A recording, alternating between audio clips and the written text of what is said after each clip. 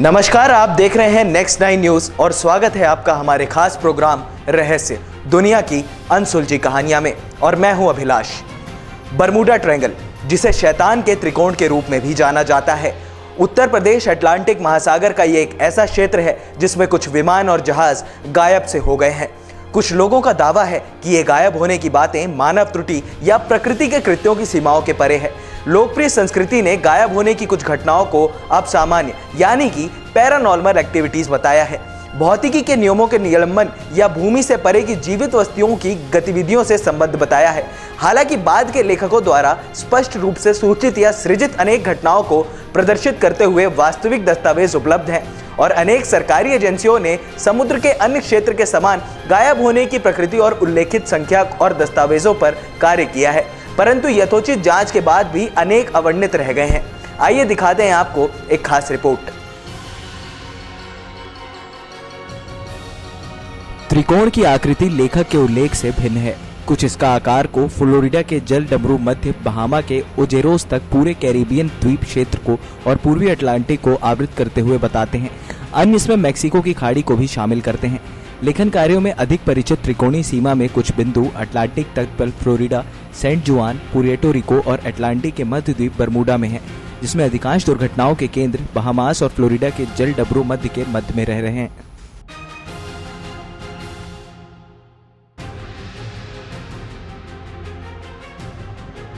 America, Europe और कैरिबियाई द्वीप में स्थित बंदरगाहों और यहाँ के रोज अनेक जहाजों से गुजरने के साथ ये विश्व के सबसे अधिक जहाजों की लेन वाले क्षेत्रों में से एक है। बहुत से क्रूज पोत भी हैं और फ्लोरिडा और द्वीपों के बीच नियमित रूप से मनोरंजन यान भी चलते हैं।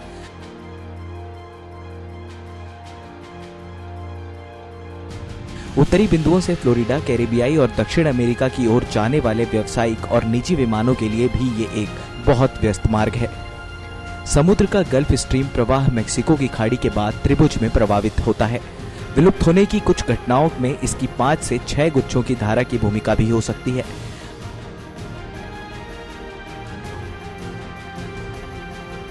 आकस्मिक तूफान आ सकते हैं और गर्मियों में क्षेत्र की आंधियां यानी कि हरिकेन्स भी आ सकती हैं।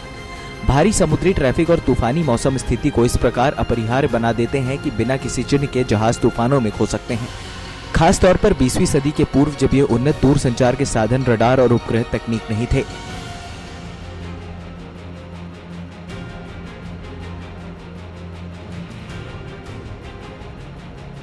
कहा जाता है कि त्रिकोण के बारे में कुछ अद्भुत दस्तावेज प्रस्तुत करने वाला पहला व्यक्ति क्रिस्टोफर कोलंबस था, जिसने बताया कि उसने और उसके चालक दल ने क्षितिज पर नृत्य करती हुई कुछ अद्भुत रोशनी देखी और अपनी लॉग बुक में एक अन्य स्थान पर उसने लिखा कि आकाश में आग की लपटें थीं और अपनी लॉग बुक में एक और जगह पर उसने क्षेत्र के बारे में कंपास की बेतुकी दिशा स्थिति के बारे में भी लिखा।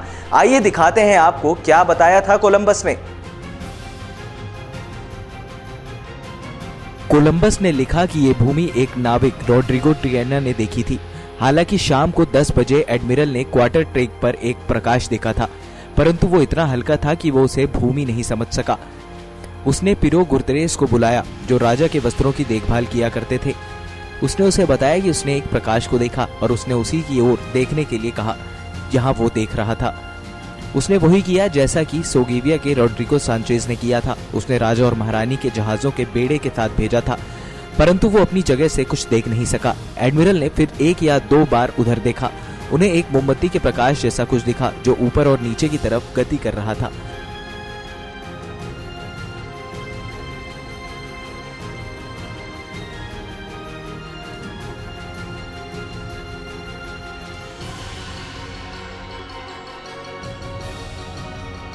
कुछ लोगों के विचार में ये भूमि का एक संकेत था, परंतु एडमिरल ये निश्चित कर चुका था कि भूमि निकट ही थी।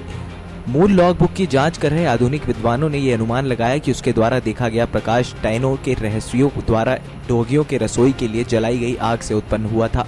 कंपास की समस्याएं एक सितारे की हलचलों को गलत पढ़ने के कारण उत्पन्न हुई थी।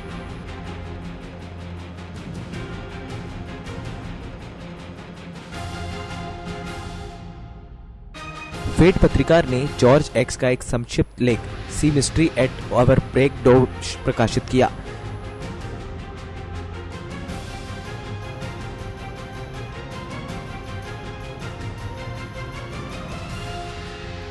सैंड ने अनेक विमानों और जहाजों के नुकसान को कवर किया, जिसमें एक प्रशिक्षण मिशन पर लगे अमेरिकी नौसेना यानी कि यूएस नेवी के 5 TBM वर्मवर्चक जहाजों के समूह के साथ फ्लाइट 19 का भी नुकसान शामिल था। सैंड का लेख ऐसा पहला लेख था जिसमें अपरिचित त्रिकोणीय क्षेत्र का उल्लेख था जहां नुकसान हुआ था।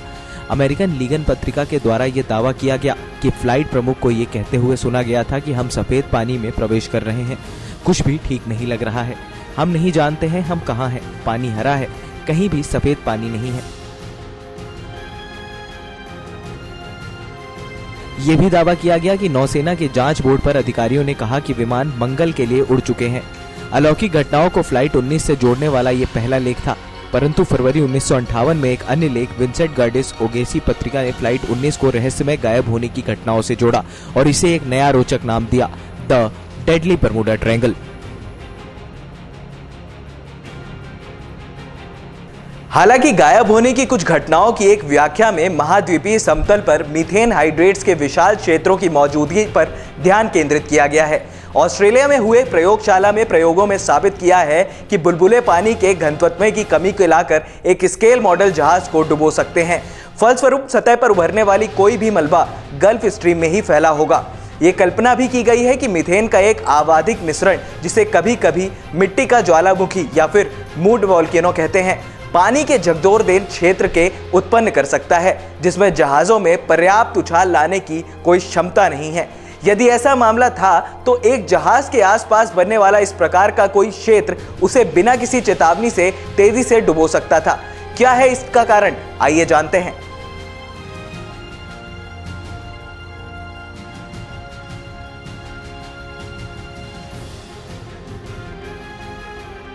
संयुक्त राज्य अमेरिका के दक्षिण पूर्व तट पर ब्लैक रीच क्षेत्र में हाइड्रेट्स की उपस्थिति के बारे में संयुक्त राज्य अमेरिका भूवैज्ञानिक सर्वेक्षण द्वारा में एक श्वेत पत्र प्रकाशित किया गया था।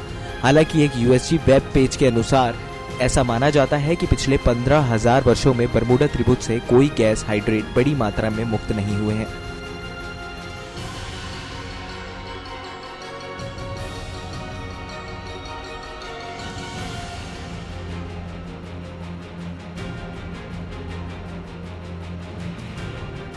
कंपास समस्याएं त्रिकोण की अनेक घटनाओं में उद्धृत वाक्यांशों में से एक है।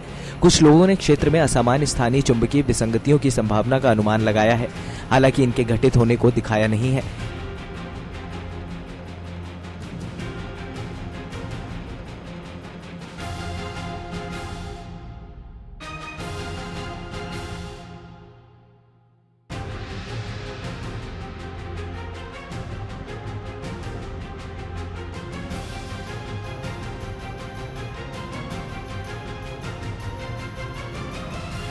ये भी याद रखना चाहिए कि कंपासों में चुंबकीय ध्रुव यानी कि मैग्नेटिक पोल के संबंध में प्राकृतिक चुंबकीय भिन्नता होती है। उदाहरण के लिए संयुक्त राज्य अमेरिका में सिर्फ वे स्थान जहां उत्तर चुंबकीय यानी कंपास और भौगोलिक उत्तर एक समान है।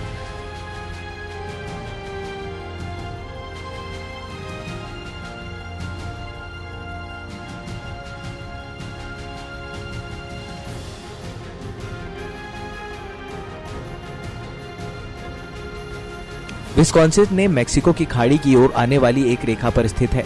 नाविक इसे सदियों से जानते हैं, परंतु जनता इसकी जागरूक नहीं हो सकती तथा ये सोच सकती है कि त्रिभुज जैसे एक बड़े क्षेत्र में कंपास के परिवर्तन में कुछ रहस्यमय हो सकता है, जो कि स्वाभाविक है। नेक्स्ट 9 न्यूज के लिए अभिलाष की रिपोर्ट।